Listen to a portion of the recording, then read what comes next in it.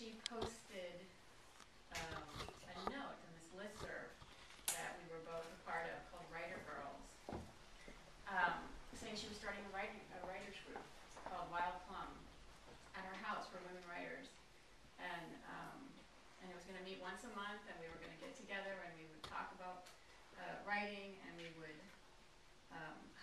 she would host semi-public salons at her house where we would read from our works in progress. And it was just a wonderfully nurturing environment that I was part of for several years. And right off the bat, we hit it off, Ericka and I, and we decided that we also wanted to meet just the two of us as writing partners once a week. And so we did. We started meeting once a week as writing partners for years, like 7 or 8 years we met once a week. And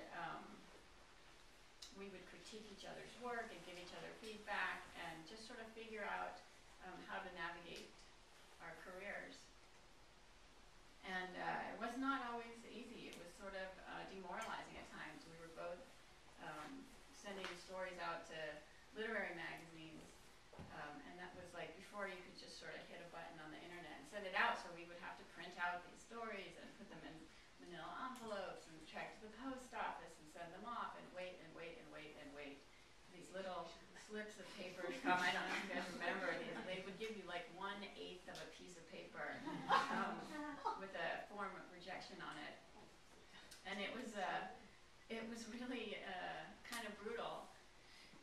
So we came up with strategies for how to navigate this process without being crushed by it. And I remember some of the things that we did. One of the things that we did was we made a point to stop calling these notes rejection letters, and we just started calling them responses. Say, oh, I got a response from the Parish Review. Great. Because it was like then we were in conversation with them, you know, which is actually what was happening. You know, we were establishing relationships and we were engaging them in conversation. They weren't these like giants in power, these gatekeepers who had the power to decide whether or not we could be writers and had the power to reject us. So another thing that we did was we came up with this mantra that we said over and over and over again, which I still say, which I think she probably still says too, which is, you remember, circumvent the gatekeepers. Circumvent the gatekeepers. How can we circumvent the gatekeepers?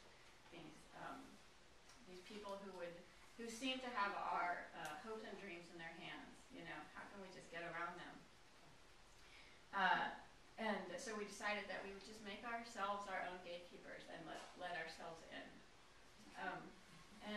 So that's how we moved forward. I started my own literary magazine around that time, and she started her own column at Literary Mama called Red Diaper Dharma because she wanted to tell her own stories that way.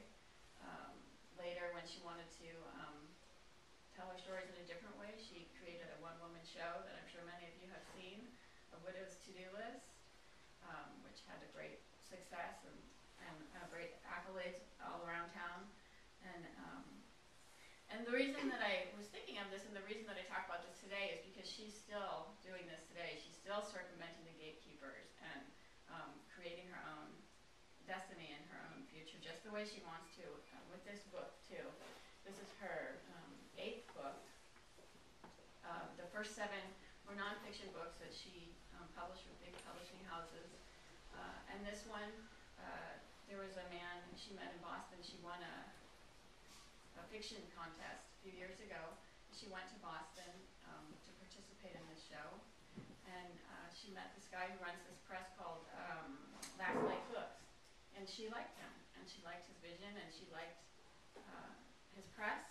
And so when he asked her if he could publish her book, this time she decided she would go this way. She would go with a really small independent publisher, and she would have complete control, or you know, a lot of control in the process and a lot of input, and she was able to create exactly the book that she wanted.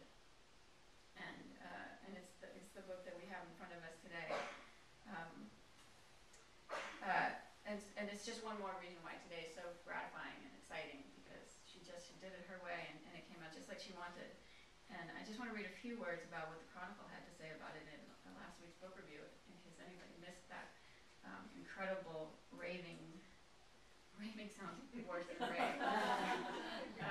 I'll say incredibly enthusiastic review. The reviewer says that Ericka's delightful family drama skewers all that we enlightened Bay Area folk hold dear.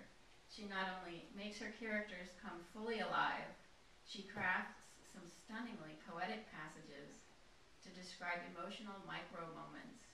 She is also capable of dark comedy, played out among the self-righteously evolved, and goes on to call the book an unconventional family drama and sexy satire.